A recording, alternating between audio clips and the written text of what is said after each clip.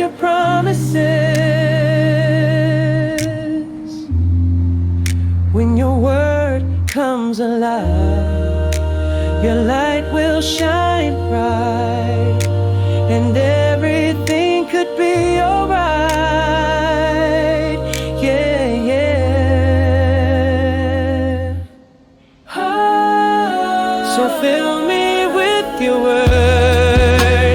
Fill me with your light. Fill me with your promises.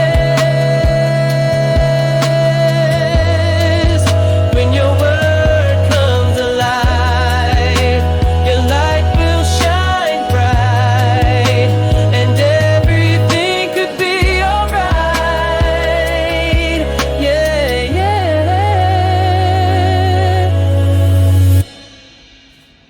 Fill me with your word. Hallelujah. So fill me with your word. That is a song that I wrote and produced. So I hope you guys enjoyed it. I will leave a link in the description so you guys can hear the whole song. That's been like a melody in my head for a long, long time. And I actually came across this website that actually kind of produces music for you. And all you have to do is just write down your thoughts, really write down your lyrics. So if you are a writer, go check the website out. The website is called Suno, and it produces music. This is the website that I use to do meditative music when I'm reading over scriptures and stuff. So go check it out if you guys are interested. I want you guys to watch some before we begin, before I speak about what I need to speak about. So I'll be right back. Check this out. We're digging up the roots of Halloween, shovelful by shovelful, in true gravedigger style. So grab a lantern, watch your step round the headstones, and let's unearth the history of this spooktacular holiday. We hope you'll have a ghoulishly good time. Now, let's start sifting through the soil of time, way back to the origins of Halloween, some 2,000 years ago. Picture the ancient Celts in what's now Ireland, Scotland, and parts of France, celebrating a festival called Samhain, pronounced Samhain for those keeping score. This was their New Year's Eve, marked on October 31st, when the harvest was done, and the veil between the living and the dead was said to be as thin as a cobweb. The Celts, practical folks with a mystical streak, believed spirits could wander the earth on this night. So they lit bonfires, big, crackling ones, to ward off any mischievous ghosts, and offered up food to honor their ancestors. They'd even dress in animal hides or costumes to blend in with any wayward spirits. As a gravedigger might say, they were keeping the plot tidy by respecting the dead while making sure the living stayed safe. Fast forward a few centuries, and the Romans roll in, tossing their own dirt on the pile. They conquered Celtic lands and brought their festival, Feralia, which honored the deceased. They also celebrated Pomona, a goddess of fruit and orchards. Think apples, which might explain why we're still bobbing for 'em today. These traditions started to mingle like a good mix of topsoil and compost, creating a richer blend of rituals. By the time Christianity spread through Europe, the church saw this pagan party and thought, let's give it a new headstone. In the 8th century, Pope Gregory III moved All Saints' Day, a day to honor saints and martyrs, from May to November 1st. The night before became All Hallows' Eve, which, you guessed it, morphed into our beloved Halloween. The gravedigger in me likes to think they were just replanting the plot to keep the spirits happy under a new name. Now, let's shovel our way to the Middle Ages. Halloween, or All Hallows' Eve, was still a big deal in Europe. Folks would go souling, knocking on doors, offering prayers for the dead in exchange for little cakes. Sound familiar? It's the great-granddaddy of trick-or-treating. Kids and the poor would wander, singing for their supper, while communities held feasts and bonfires to light up the dark. The church encouraged these traditions, but the spooky vibe never left. People still carved turnips, yep, turnips, not pumpkins, into lanterns to scare off spirits. A gravedigger might call those beacons for the boneyard, guiding lost souls back to their rest. By the 19th century, Halloween hitched a ride across the Atlantic, with Irish and Scottish immigrants fleeing famine. They brought their stories of Samhain, their carved lanterns, and their love for a good scare. America, with its wide open fields and, frankly, better pumpkins, gave Halloween a new lease on life. Those turnip lanterns, swapped for pumpkins, carved into jack-o'-lanterns, inspired by the Irish tale of Stingy Jack, a fella doomed to wander with a coal-lit gourd. The gravedigger in me chuckles. Jack's still haunting the plot every time we carve a goofy face. By the late 1800s, Halloween was less about ghosts and more about community fun, parties, games, and kids dressing up for treats. It was like the graveyard gates swung wide open, inviting everyone in for a laugh. Now, let's heap some fresh dirt on today's Halloween. It's a holiday for the young and the young at heart, a full circle return to its roots of community, costumes, and a wink at the spooky. Kids hit the streets in superhero capes or witch hats, hauling pillowcases stuffed with candy. Modern souling, if you squint. Adults? They're throwing costume bashes, decking out haunted houses, or sipping pumpkin-spiced everything. In the US alone, Halloween's a multi-billion-dollar industry. Think 600 million pounds of candy and enough decorations to fill 1,000 crypts. Globally, it's caught on, too. Mexico's Dia de los Muertos shares the stage, honoring the dead with vibrant altars, while places like Japan and Australia have their own costume parties. Even the gravedigger in me can't help but grin at the sight of a skeleton piñata or a glow-in-the-dark tombstone on someone's lawn. So, here we are, folks, back where we started, standing in the graveyard under a harvest moon, where the past and present mingle like old friends. Halloween's journey from Samhain bonfires to today's candy-fueled frenzy. So I just wanted to kind of remind you guys of what is coming up, right? And this world that we are living in, it seems like they are really open about this evil that they are trying to portray, right? That they are trying to push on everybody, right? So this morning I put this shirt on, right? This is one of my favorite shirts. It says wisdom, right? And a thought came in my head like, dang, I really like shirts like this where it says like wisdom, right? Because you feel like you're wearing wisdom. And a thought came in my head, or a question came in my head like, do I really wear like the armor of the Most High? Do I wear wisdom? Am I wise? Like, do I wear love? You get what I'm saying?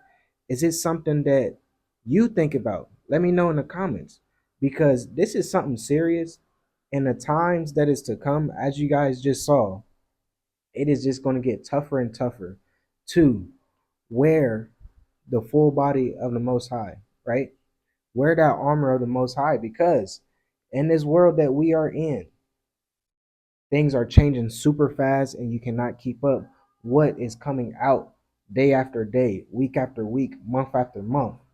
So that's why I always tell people like, hey, what is the most important thing to you and how are you going to achieve that in the next day?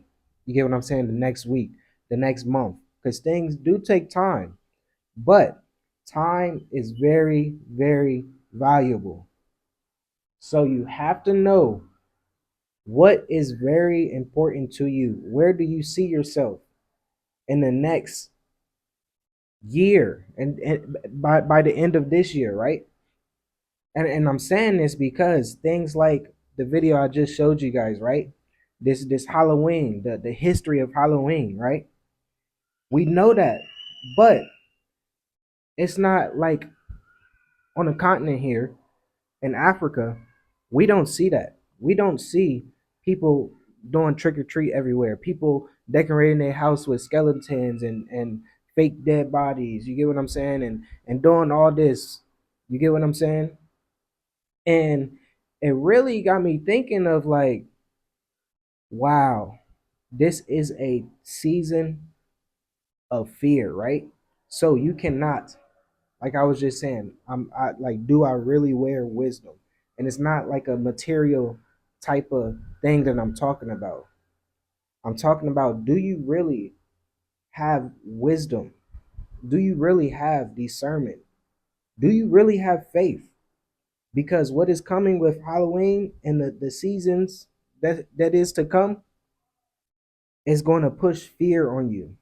And they feed off the fear. They they feed off what makes you scared. And I'm not trying to scare you. The only thing that I'm trying to do is put fear in you of the Most High. Because if you have fear of the Most High, you want to be so obedient and follow what He's doing and follow His calling, right? Because look, it's a lot of things that's about to happen that is going to make a lot of people fearful. But you got to put your fear in the right place. And that's only one place. That's fear of the Most High. Because if you are putting your fear into Halloween, you get what I'm saying? Like they want to scare you. I remember when I was a teenager and we used to go to haunted houses, right? Man, I think I was like, I want to say I was like 11, 12 maybe. My dad took us to a haunted house with me and my nephew. Man, that was probably the most scared I ever been. Like me and my nephew walking through the haunted house, somebody pop out, we grabbing each other, hiding behind each other. Like it's like, dang, that's what they really want though. They really want you to be scared like that. And I'm telling you now, you cannot. You have to stand up in faith. You gotta have more faith than fear. Like really. Because what's happening right now in this government of America, the government shutdown and stuff, you can still benefit from what's happening. That's why I tell people like what is really important. That's why I ask you guys, the viewers that's watching, the viewers that's listening, what is really important to you? And how can you take advantage of this government shutdown? How can you take advantage of what they're pushing out? Because there's going to be two sides, a negative side and it's a positive side, to be honest. You can still benefit from what's happening right now. Because if you don't, you're just going to be stuck. Like it is what it is. It don't matter what it is that you disagree with or agree with. It's coming down to a time where you definitely got to get out of that fearful place. Like you got to. So I didn't really want to get too deep into um what's going on with this government shutdown, but that is something important because things are shutting down. People, the federal workers are getting let go or they have to work without pay. And we are at like the economy right now, people need to get paid. Even people that was making over $100,000 is living paycheck to paycheck. So just imagine them so used to having savings and not worrying about paycheck or paycheck, but now they have to worry about paycheck to paycheck. And then now they're not going to get paid a paycheck. Think about that. People are going to just stop working, and it's going to be civil unwet rest. Like it's going to get spooky. It's going to get fearful because flights. That's my main thing. Flights is going to shut down from America. Flights is really going to shut down from America. So if you are planning to get out, it better be sooner than later. Like really, it has to be sooner than later. Okay. Thank you. Okay, thank you. It better be sooner than later, like really, because man, that's what they want. They want they want new slaves. They just want like people to be stuck in that fearful system, so they can feed off your fear, so they can start doing stuff where you have no option, where you have no choice, where you have no rights, where you don't have freedom of speech. I know that's pushed and stuff, but it's coming down to that time where hey, it's not gonna be no freedom of speech. It's really not. You're gonna have to do what they say or go to jail. It's that simple. I believe I saw some information about um, California or something. One of the states they passed a bill where um, anyone can pick up your children from school. And it's like, okay, this is something different. Because I remember, like, if you're not on a list to pick up a child from school, you cannot pick that child up, right? So you got to have, like, just say myself, my wife, and the children's grandma or something, or the children's aunt or something like that, right? It's a list that you will have. But now it's no more list. They just say anyone can pick it up. And if I can find that, I'm gonna screenshot it right here so you guys can see. So when I think of stuff like that, that makes me think of how bad things are in America, because the system that they had, and I'm talking about the evil system behind the scenes that a lot of people don't talk about. Just the history of America. You can say human trafficking. That's the history of America. That brings me to that. Like, if anybody can pick up children, it's gonna it's gonna be bad.